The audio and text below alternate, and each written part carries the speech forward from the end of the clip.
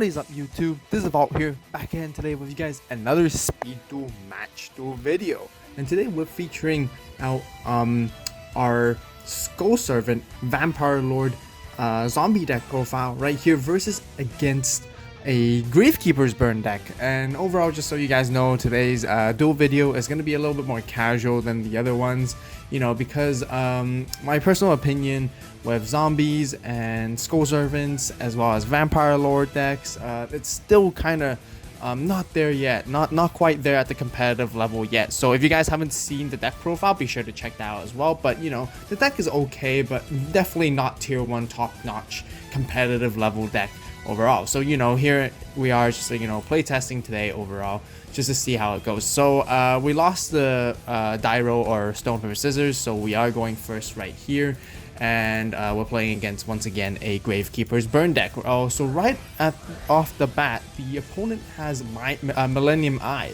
And this is a skill that we haven't seen quite a long while, especially in competitive play as well. But basically what it does is at the start of duel, our opponent can look at our hand and basically choose to shuffle our hand or reshuffle our hand, or basically keep our hand, which is really good. Honestly, this card's a little bit underrated, but being able to know what cards your opponent has and what plays they're able to come up with is actually really good knowledge and power in speed duels as well. So they're basically looking at our hand right now, and they're deciding. So they decide that we keep it. They decide that we have to reshuffle right here, and we draw a new set of hands. So we immediately start our turn with Servants of the Fallen King, which is the skill that you guys probably saw from the deck profile. We basically utilize this to bring our Skull Servants into the grave to power up our King of the Skull Servants right there, which can be really powerful. So first of all, we were able to dump our first one, and there's nothing else we can actually do for this turn. So we didn't even set a card at all, so we just completely passed that turn to see what they can do. Very dangerous and a risky play, honestly. We could have easily got one-shotted if we don't know what we're playing up against, but they immediately summoned their Gravekeeper's Curse right here, so we take 500 damage right there. Strangely enough, because we didn't do anything with an empty field, we actually sort of juked or outplayed our opponent a little bit, making them think that they started first, so they actually forgot to attack directly right here, which they totally could have, and which they didn't. So that was really interesting and funny, but I guess we both misplayed on our end, honestly, at the to honestly look at it. So once again, we use our Servants of the Fallen King to send our second Skull Servant to the graveyard, and right here, you know, we know that for sure our King of the Skull Servants would definitely have a solid 2000 attack right there. So we immediately just go in, use Pyramid of Wonders, so we have nothing to worry about. Now we set with our Kunai with Chain, and then we basically go start swinging in ham for higher attack. We're actually kind of worried originally with the back row, but we don't know what it is. But you know, we just go straight in anyways, because you know, it's kind of enticing to go against destroy Gravekeeper's Curse by bow and inflict some damage right there. That was really enticing overall. So we just went straight for it, and they actually have a set Mask of the Cursed, which they probably put onto us, and they also do Rite of Spirit to basically bring back Gravekeeper's Curse and once again inflict 500 damage to us. So you know, we can see this is definitely a stall Gravekeeper's Curse burn deck that we have right here. They tribute it to summon Chief, which is really neat, which basically allows them to bring back Gravekeeper's Curse once again and inflict another 500 damage. So you know, slowly shaving off our life points from there. And they couldn't attack with Gravekeeper's Chief at all. It's not high enough against King of the Skull Servants. As well, we have Pyramid of Wonders right there. We're not worried with the Mask of the Curse at all, because we know we're going to immediately tribute our King of Skull Servants right here for our Vampire Lord. And we want to go in once again, mill out our third Skull Servant right here. We have a total of 3, and then if we have one King on our hand, once we summon, it's a whooping 4,000 attack monster, which is really neat. But once again, we're going with Vampire Lord. Kind of risky once again. They could have a Kunai with Chain stopping us right there, but not worried at all. We have a Kunai with Chain ourselves as well, so we don't have to worry about the damage step. So we do manage to pull and attack through with that. With Pyramid of Wonders as well, you know, Vampire Lord is basically at 2400, and we basically get to mill one card off their deck, which we chose Spell, and they milled off their Mask of a Curse, as we can see. Now passing off the turn, they have another one, and now their Mask of a Curse once again on our Vampire Lord. Another Gravekeeper's Curse, another 500 damage to us, and they pass their turn. Right now, there's nothing much we can actually really do, but just keep summoning monsters and keep swinging in onto their attack position. Gravekeeper's Curse is right there, and you know, we're really close in defeating them right now. We have the upper hand, we have everything. We decide to pass our turn without sending the kunai at all, even at all. Once again, we took the 500 from Mask of a Curse. Now they bring up their chief, and they basically summon another curse. We take another 500 from that, and they pass. It's kind of hard for us right now because Vampire can't swing into the chief, so we set, and we just use our double costing to swing into the chief, because with Pyramid of Wonders, once again, they control 2 monsters. Our double costing is actually at 2100 attack, and then we damage step with kunai right there. Just really short with 100 life points right there. So close, we could have won that. We should have done the other one too, but we totally didn't. We totally forgot about it and misplayed out here. And I believe we just set that just this turn as well, so we can't use it actually. We should have really set it in the previous turn, so we could have won this first duel easily. Took 500 from Mask of the Accursed. Once again, they finish us off with Rite of Spirit with only 500 left. Gravekeeper's Curse defeats us in the first round, the first game, in the first duel basically, and we lost right here. Once again, side deck. If you guys want to see the full side deck, be sure to check out that deck profile that was posted a few days ago, so definitely check that out as well. But right here, I believe we sided Dust Tornadoes, since we know that they play Mask of the Accursed. With Mask of the Curse, we really want to get rid of it because it's just really annoying to deal with, and once again we choose to go second as usual. So once we have our Dust Tornado this time, and here it comes with the Millennium Eye, I believe. Yeah, they accidentally forgot to use it, but right here they Millennium Eye us to check, and they let us to keep our hand, even knowing that there was Dust Tornado on our hand too, so I wasn't too sure about that, so they're not worried at all. So once again they start burning down with the Gravekeeper's Curse effect. And as usual, you know, standard protocol, we send our Skull Servant down, Pyramid of Wonders, and then straight into King of Skull Servants, which has at least 1,000 from one Skull Servant, and also the bonus 200. So 1,200, we're not worried about the curse at all. Swing in for the attack. We want to deal that damage as we can, and they actually Spellbinding circled us this time.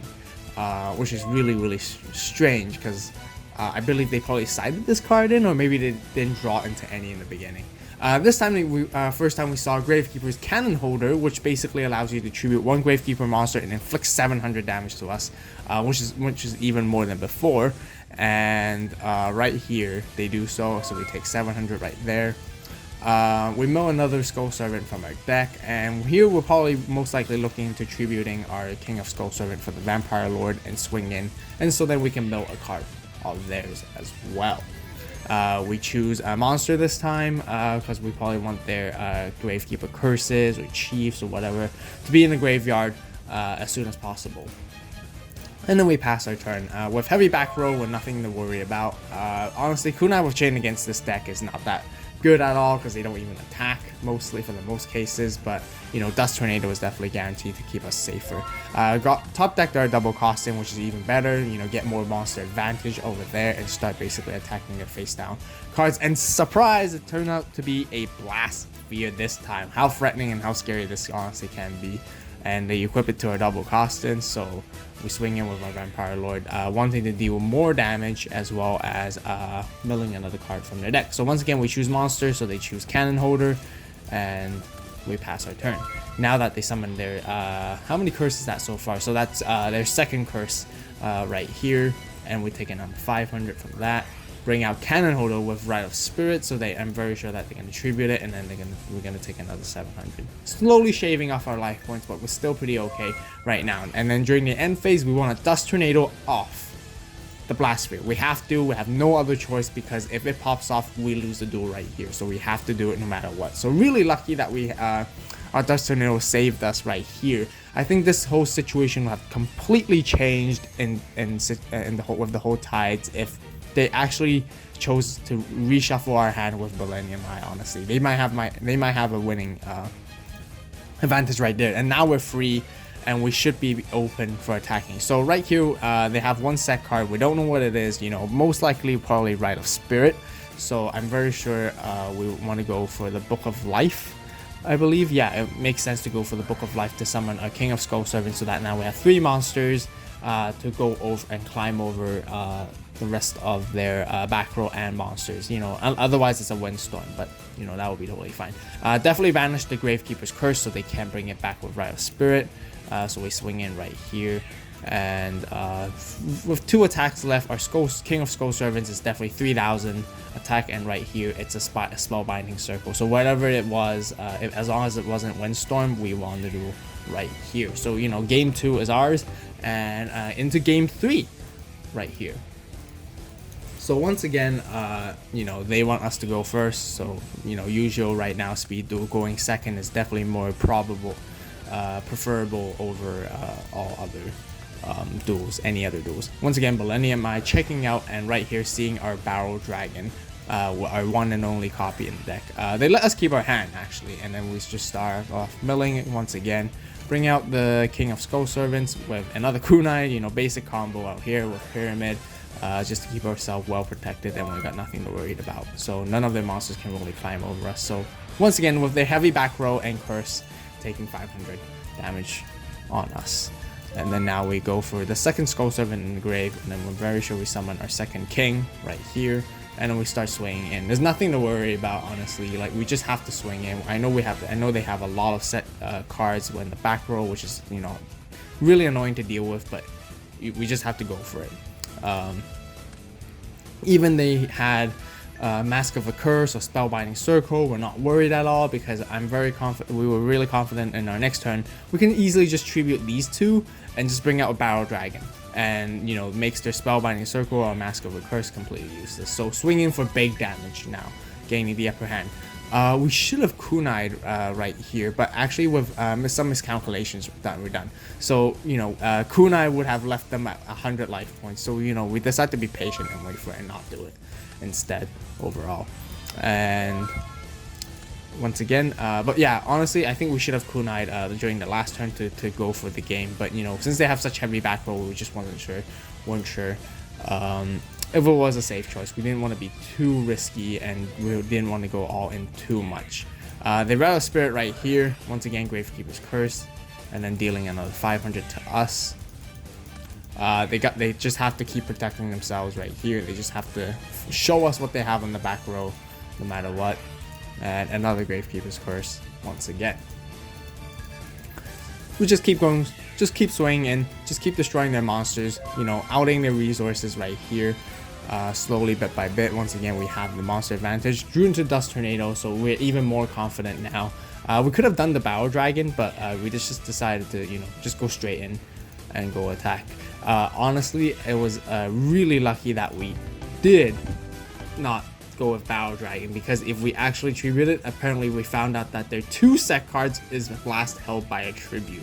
So I'm very sure they from the previous 2 other games, you know, we heavily had Vampire Lord, and they really want to deal that extra 1000 damage onto us. Even with Vampire Lord that can come back, it's better for them. It doesn't really matter to them anyways, because dealing 1000 damage is just really great, and destroying all our monsters is just really powerful. Gives them the board advantage right there. So really luckily that we didn't decide to Barrel Dragon at all in the end. And once again, you know, we decided to save it on our hand just in case there was Mask of a Curse and Spellbinding Circles. There was no need to tribute summon any monsters unless they had that on the field. So overall, this is the duel, 2-1.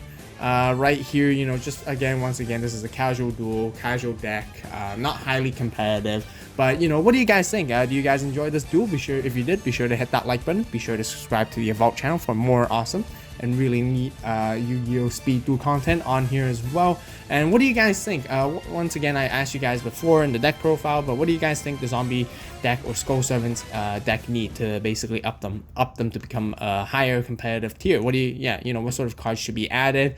Are you guys excited for the new bone skill coming out in the Trial of Kingdom or not? You know, if you haven't seen the new release cards, announced cards for the next set coming in end of November and beginning of December. Definitely check out that video as well on the channel. So yeah, post your comments and suggestions down below. So once again, as always, thank you guys so much for watching. You guys have a great day, great night, wherever you are. And this is AVAULT signing out.